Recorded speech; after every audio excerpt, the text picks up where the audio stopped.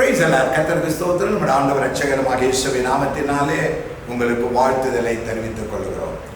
இந்த நாளுடைய தெய்வ செய்தி, ஆசரிப்பு கூடாரத்தில் ஊழியம் செய்த பிரதான ஆசாரியனாய் காணப்படுகிற ஆரோனை குறித்தும் ஆரோனுடைய மார்பில் காணப்படுகிற விசித்திரமான நியாய விதி மார்பதக்கத்தை குறித்து நாம் சிந்திக்க போகிறோம்.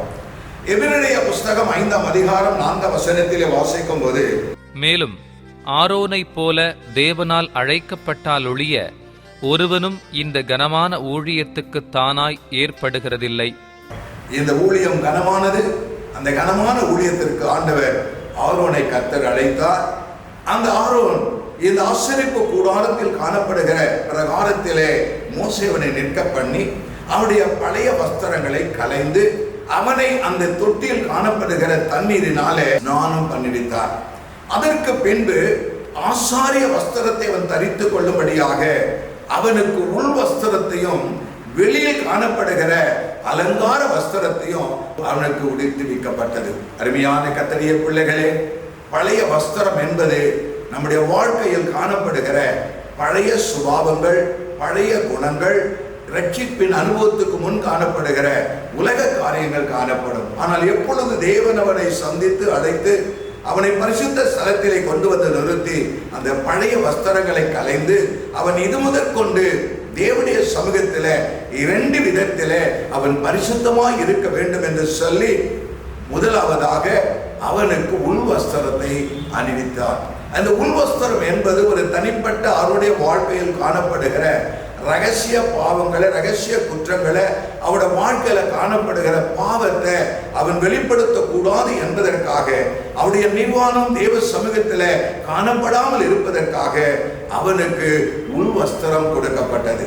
இரண்டாவதாக அவனுக்கு ஒரு அலங்கார வஸ்திரம் ஊழியத்துக்காக, ஊழியத்தில் செய்வதற்காக, அந்த ஊழியத்தின் மூலமாக அவனுடைய வாழ்க்கையில பாவங்கள் வராதபடி நேர்மையாய் உத்தமமாய் தேவனுக்கு பயந்து கர்த்தருடைய ஊழியத்தை செய்ய வேண்டும் என்று சொல்லி அவன் பரிசுத்தத்தோடு கூட ஊழியம் செய்ய வேண்டும் என்று ஆண்டவர் விரும்புகிறார். அதனால்தான் புதிய ஏற்பாட்டின் காலத்தில் வாழ்கிற நம்முடைய வாழ்க்கையும் ஆண்டவர் சொல்லும் போது பரிசுத்த அலங்காரத்தோடு கூட கர்த்தரை தொழுது கொள்ளுங்கள் என்று சொல்லி இப்படிப்பட்டதான வஸ்திரத்தை உடுத்தி கொண்டதான ஆரோனுடைய மார்பிலே நியாய விதி மார்பதக்கம் என்று ஒன்று காணப்படுகிறது. அருமையான கர்த்தருடைய பிள்ளைகளே, இந்த ஆரோனோடு கூட ஊழியம் செய்யும்படி 3 கூட்டத்தாரை கர்த்தர் வைத்திருந்தார்.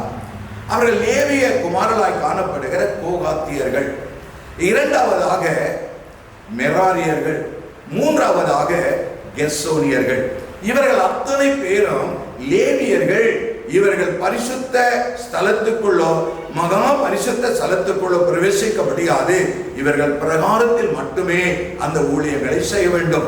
இந்த பரிசுத்த பனிமுட்டுகளை அவர்கள் வண்டிகளிலே அதை ஏற்றிக்கொண்டு ஒரு இடத்திலிருந்து இன்னொரு இடத்திற்கு அவர்கள் கடந்து போக வேண்டும். ஆனால் அதே லேவிய கோத்திரத்தில் காணப்படுகிற கோகாத்தின் குமாரனாய் காணப்படுகிற ஆரோனை கர்த்தர் பிரதான ஆசாரியனாக கர்த்தர் நியமித்தார். அவருடைய பிள்ளைகள் ஆசாரிகளாக காணப்பட்டார்கள். அவர்கள் இந்த பரிசுத்த ஸ்தலத்தில 365 நாட்களும் அவர்கள் ஊழியம் செய்வதற்கு ஆண்டவர்களுக்கு அனுமதியை கர்த்தர் கொடுத்தார்.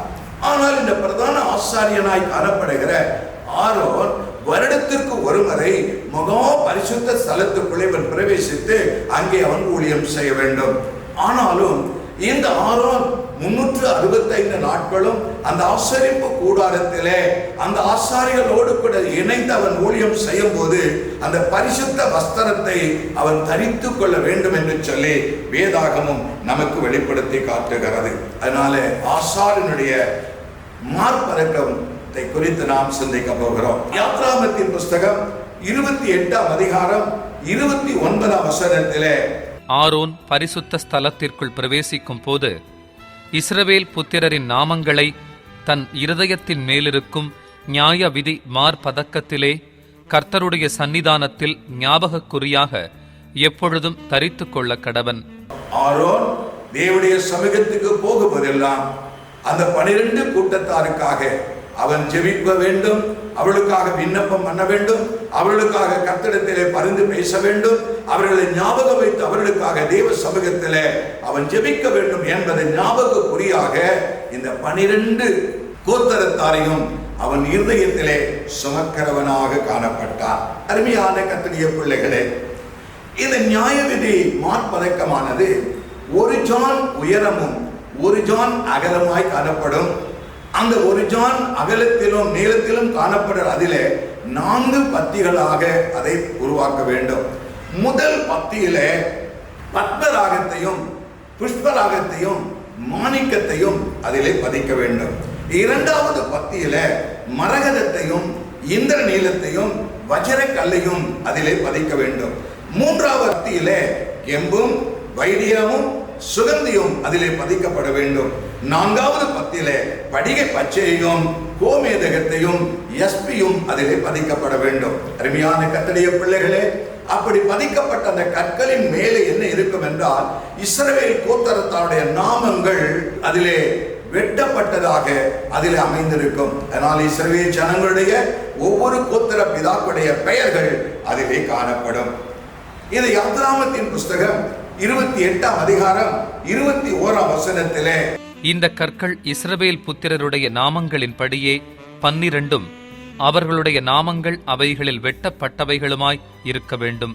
அருமையான கர்த்தருடைய பிள்ளைகளே, இந்த 12 கற்களும் இந்த இஸ்ரவேல் கோத்திரத்தில் காணப்படுகிற 12 கோத்திரத்தாருடைய சுபாவங்களை, குணங்களை, தன்மைகளை, அவர்களுக்குள் காணப்படுகிற குறைவுகளையும் நிறைவுகளையும் அது வெளிப்படுத்தி காட்டக்கூடியதான ஒன்றாக இது காணப்படுகிறது. இந்த இஸ்ரவேல் ஜனத்தை ஆரோனிடத்தில் ஏன் ஆண்டவர் கொடுக்கிறார் என்றால் அவர்களுக்காக அவன் தேவ சமூகத்தில் ஜெபிக்கிறவனாக பரிந்து பேசுறவனாக அவன் காணப்பட வேண்டும். 1 சாமுவேலுடைய புஸ்தகம் 12ஆம் அதிகாரம் 23ஆம் வசனத்திலே வாசிக்கும் போது, நானும் உங்களுக்காக விண்ணப்பம் செய்யாதிருப்பேனாகில் கர்த்தருக்கு விரோதமாக பாவம் செய்கிறவனாயிருப்பேன். அது எனக்கு தூரமாயிருப்பதாக. நன்மையும் செவ்வையுமான வழியை நான் உங்களுக்கு போதிப்பேன். சாமுவேல் ஒரு ஆசாரியன். சாமுவேல் இஸ்ரவேல் ஜனங்களை நியாயம் விசாரிக்கிற ஒரு நியாயாதிபதி. அவன் மட்டும் அல்ல, அவன் தீர்க்க தரிசிகளிலே பெரிய தீர்க்க தரிசியாக இருக்கிறான். அப்படிப்பட்ட சாமுவேல் சொல்லுகிறான், இஸ்ரவேல் ஜனமே, நான் உங்களுக்காக விண்ணப்பம் செய்யாதிருப்பேனாகில் நான் பாவம் செய்கிறேன், அது எனக்கு தூரமாய் இருப்பதாக என்று சொல்லி ஆரோனையும் ஆண்டவர் ஏன் அழைத்தார் என்றார், அப்படிப்பட்டதான அந்த 12 கோத்திரத்தாரையும் தன் இருதயத்திலே அவன் சுமப்பது மட்டுமல்ல, அவர்களுக்காக கர்த்தருடைய சமூகத்திலே பரிந்து பேசத்தக்கதாக, அவர்களுக்காக ஜெபிக்கத்தக்கதாக, அவர்களுக்காக விண்ணப்பம் செய்யத்தக்கதாக, அவர்களுக்காக வேண்டுதல் செய்யும்படியாக தான் ஆண்டவர் ஞாபகக்குறியாக அதை கர்த்தர் வைத்தார். அருமையான கர்த்தருடைய பிள்ளைகளே, இந்த 12 கோத்திரத்தாரை குறித்து நாம் வேதத்திலிருந்து ஒரு சிலரை வாசித்து பார்க்கும்போது ஒவ்வொருவரும் ஒவ்வொரு விதமான சுபாவத்தை உடையவர்கள். முதலாவதாக ரூபனை குறித்து வேதத்திலே அவன் தகப்பன் சொல்லும்போது சொல்லுகிறான், ரூபனே, நீ தண்ணீரை போல தழும்புகிறவன், நீ ஒரு நாளும் மேன்மை அடைய மாட்டாய் என்று சொல்லி. தண்ணீரை போல தழும்புகிறவன், உறுதியற்றவன், ஸ்திரமற்றவன், எந்த ஒரு காரியத்திலும் வழுவி போகக்கூடிய சூழ்நிலை உள்ளவன். அப்படிப்பட்டவனை ஆண்டவர் ஆரோனுடைய மாட்டிலே ஆண்டவர் வைத்திருக்கிறார். இரண்டாவதாக சிமியோனை குறித்து வேதத்தில் வாசிக்கும் போது அவன் தகப்பன் சொல்லுகிறான், அவன் அகங்காரம் பிடித்தவன் என்று சொல்லி, அவர்களுடைய பட்டயம் கொடுமையின் கருவி என்று சொல்லி அவனை குறித்து வேதாகமும் வெளிப்படுத்தி காட்டுகிறது. மூன்றாவதாக யூதாவை குறித்து நாம் பார்க்கும்போது, யூதா ஒரு பால சிங்கம், அவனை யார் தட்டி எழுப்புவது என்று சொல்லப்படுகிறது. அருமையான கர்த்தருடைய பிள்ளைகளே, இசக்காரை குறித்து வேதத்தில் வாசிக்கும் போது அவன் ஒரு கழுதை என்று வேதாகம் நமக்கு வெளிப்படுத்தி காட்டுகிறது. தானை குறித்து பார்க்கும்போது அங்கு வேதவசனம் சொல்லுகிறது, அவன் பாதையில் படுத்திருக்கிற விரியன் பாம்பை போல் இருக்கிறான் என்று வேதம் சொல்லுகிறது. தன் தகப்பனால் திருத்த முடியாது, தன் தகப்பனால் சரிப்படுத்த முடியாது. அப்படிப்பட்ட அந்த 12 கோத்திர பிதாக்களையும் தேவ சமூகத்திலே ஆரோன் மட்டுமே, ஆரோனுடைய ஊழியத்தின் மட்டுமே, அந்த கனமான ஊழியத்தின் மூலமாக அவர்களை தேவ சமூகத்துக்கு ஏற்ற சுபாவம் உடையவர்களாக, ஏற்ற தகுதி உடையவர்களாக அவர்கள் மாற்றப்பட வேண்டும் என்ற நோக்கத்தோடு கூட தகப்பனால் செய்ய முடியாத, தாயினால் செய்ய முடியாத, இந்த சமுதாயத்தில் காணப்பட யாராலும் செய்ய முடியாத ஒரு மகிமையான வேலையை ஆண்டவர் ஊழிய கரத்திலே கர்த்தர் கொடுத்திருக்கிறார்.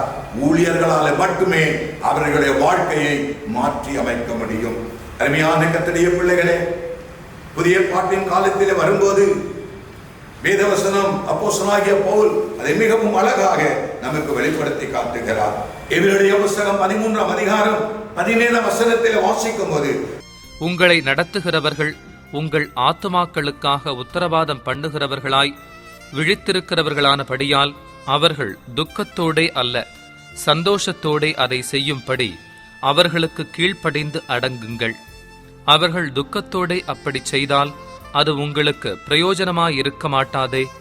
அருமையான கர்த்தருடைய பிள்ளைகளே, அப்போஸ்தலனாகிய பவுல் பழைய பாட்டின் காலத்திலே ஆரோன் தன் இருதயத்திலே சுமந்தது போல ஒவ்வொரு விசுவாசிகளையும் தன் இருதயத்திலே தான் சுமக்கிறேன் என்று சொல்லி வேதாகமத்தை வெளிப்படுத்தி காட்டுகிறார். பிலிப்பியருடைய புத்தகம் 1ஆம் அதிகாரம் 7ஆம் வசனத்திலே வாசிக்கும் போது, என் கட்டுகளிலும் நான் சுவிசேஷத்திற்காக உத்தரவு சொல்லி அதை திடப்படுத்தி வருகிறதிலும் நீங்கள் அனைவரும் எனக்கு அளிக்கப்பட்ட கிருபையில் பங்குள்ளவர்களானதால் உங்களை என் இருதயத்தில் தரித்துக் கொண்டிருக்கிறபடியினாலே உங்கள் எல்லாரையும் குறித்து நான் இப்படி நினைக்கிறது எனக்கு தகுதியாய் இருக்கிறது.